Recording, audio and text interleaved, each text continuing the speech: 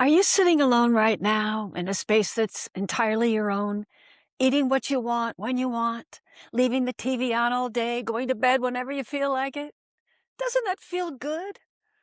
But if there's a little voice asking if something is wrong with you for wanting this because it feels good, but it doesn't feel right, stay with me. After 40 years as a psychotherapist, I'm going to show you why that guilt exists and how to finally give yourself permission to enjoy your own company.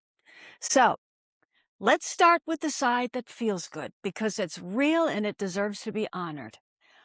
You don't have to answer to anybody. You don't have to explain yourself or argue your case. You can leave the dishes in the sink and the remote control answers to you and only you. The only mood in the house is yours. And by the way, so is the thermostat. And you can sit in silence for an entire afternoon. And maybe for the first time in your life, you can actually hear yourself think. And there's peace in that, and freedom, and relief. All of that is real. But here's also why it doesn't feel right. The first one has to do with our nature. As women, our feminine nature is to nurture, and that's true. Now, not every woman expresses that nature in the same way or to the same degree, but it's there. So most of us have a deep instinct to care for, support, and give to others. That's who we are. The problem is that society often turns this beautiful quality into an expectation. We are taught that it's now our job to take care of and give to others, and over time, we start believing that our worth is associated with being needed. Wife, mother, caregiver, problem solver. In other words, we're ingrained with the belief that I matter because someone needs me. And after decades of living this way, where nobody needs much of anything from you, some part of you doesn't experience that as freedom. You experience it as something's missing, or am I doing something wrong if I'm only taking care of myself? And I've heard this one a lot. If I'm not running around trying to take care of the people I love, am I being selfish? Does any of that sound familiar? Maybe you were the one everyone called when something went wrong. Maybe you still are. If that's you, tell me in the comments, what was your role? Wife, mother, caregiver, the fixer? The one who held it all together?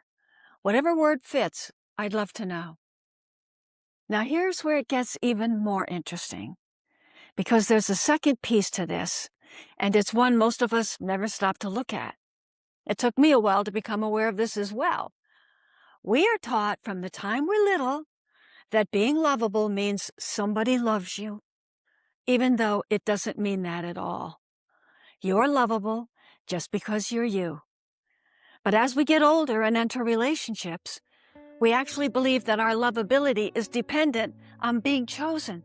Somebody picked you, somebody wanted you, and only you. So do you see what's happened here? Feeling lovable and being in a relationship becomes synonymous. So even now, even if you've made the choice not to be in a relationship, not to be chosen, there can still be this underlying feeling of, am I still lovable? Now, I'm not saying that every woman feels this way, but I've heard it enough times to see that it carries a big weight with many of them. And it's hard enough dealing with these internal voices, but it gets even more complicated when the people closest to us start questioning our choices too. Some of your dearest friends may not understand. They're really not comfortable in their own company, and this fear gets projected onto you, and you feel it. Here are some of those projections based on questions friends ask them all the time. How can you eat alone in a restaurant? I could never do that. You went on vacation by yourself?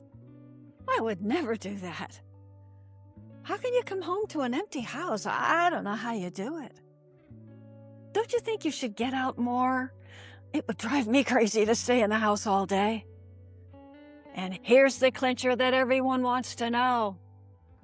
Haven't you found someone yet? Aren't you on a dating app? And all of these questions can sometimes make you worry about what others think and if you're supposed to want something different than what you actually want.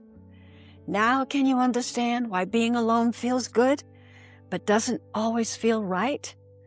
Because once you understand, now we can get to the good part. What do we do about it? Here's my solution, and it works for me every time, and it works for every woman who practices it.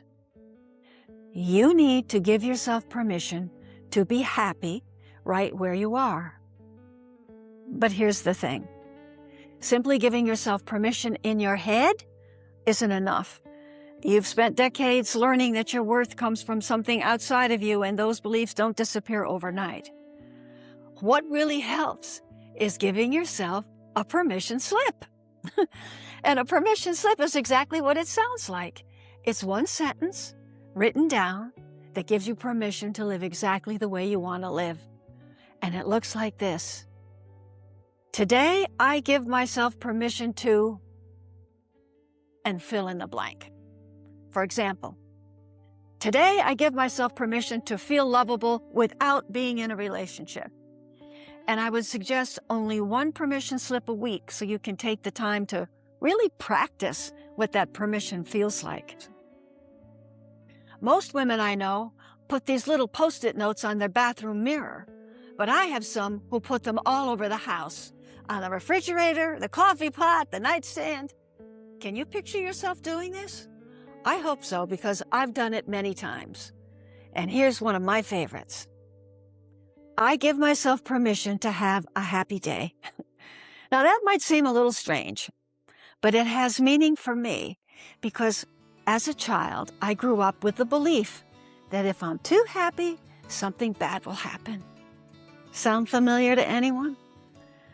So without realizing it, throughout my life, I found all kinds of reasons not to be too happy for too long. So this permission slip gives me the right to have a happy day without fear. And this is why I love permission slips. First of all, they work.